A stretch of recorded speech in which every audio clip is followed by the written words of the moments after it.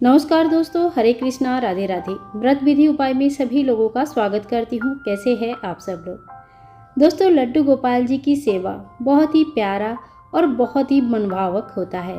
जो भी लड्डू गोपाल जी की सेवा करते हैं उनको पता है कि लड्डू गोपाल जी घर में रहना कितना शुभ होता है और घर की माहौल ही कुछ चेंज हो जाता है।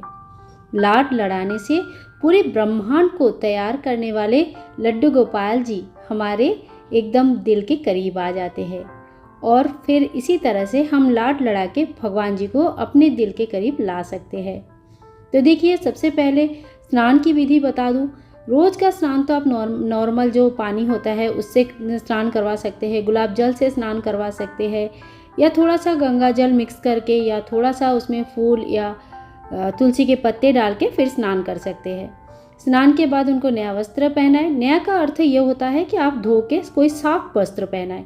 नया वस्त्र आप पहना सकते हैं, कोई भी पूजा उपासना रहेगा, किसी दिन कोई त्यौहार रहती है, बड़ा फेस्टिवल रहता है, उस दिन आप उनकी बहुत ही अच्छी तरह से अलग से श्रृंगार कर सकते हैं। डेली का श्रृंगार में जो डेली का वस्त्र है वो साफ सुथरा अच्छा वस्त्र ठाकुर जी को पहनाएं। जिस दिन भी कोई बड़ा त्यौहार रहेगा उस दिन ठाकुर जी को पंचामृत से स्नान जरूर करवाएं।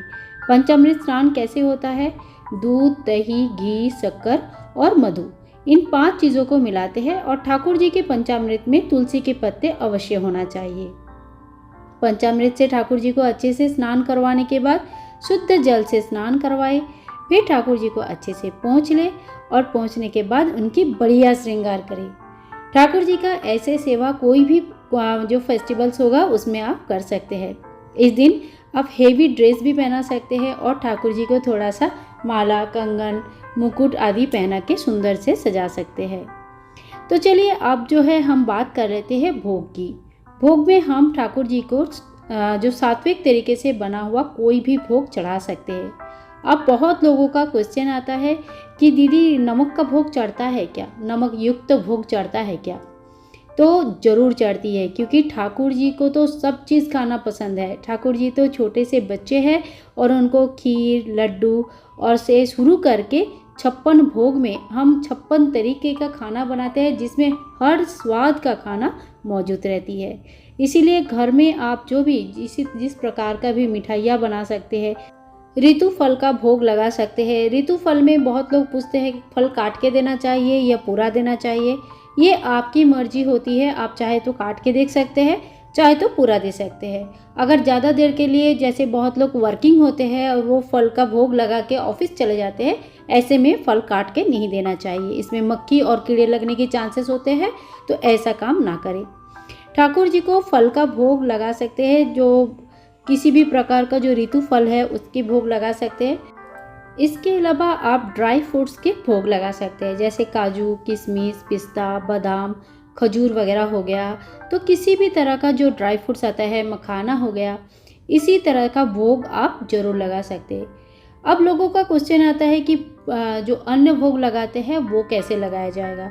तो अन्न में आप राइस बना सकते हैं, दाल, राइस। डेली का जो भोग होता है उसमें दाल, राइस, सब्जी, अगर बिना प्याज लहसुन का बन रहा है तो सब्जी वगैरह भोग में लगा सकते हैं। चना का सब्जी बना सकते हैं, साबूदाना का बहुत सारा आइटम बनता है, साबूदाना का आइटम बना सकते हैं। आलू के बहुत सारे आइटम्स बनते हैं, तो आलू के चीज़ें बना सकते हैं।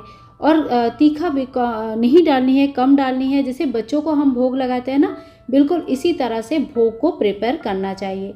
गर्मी है तो दही जरूर दीजिए ठाकुर जी को। गर्मी के टाइम पे लस्सी, दही दीजिए।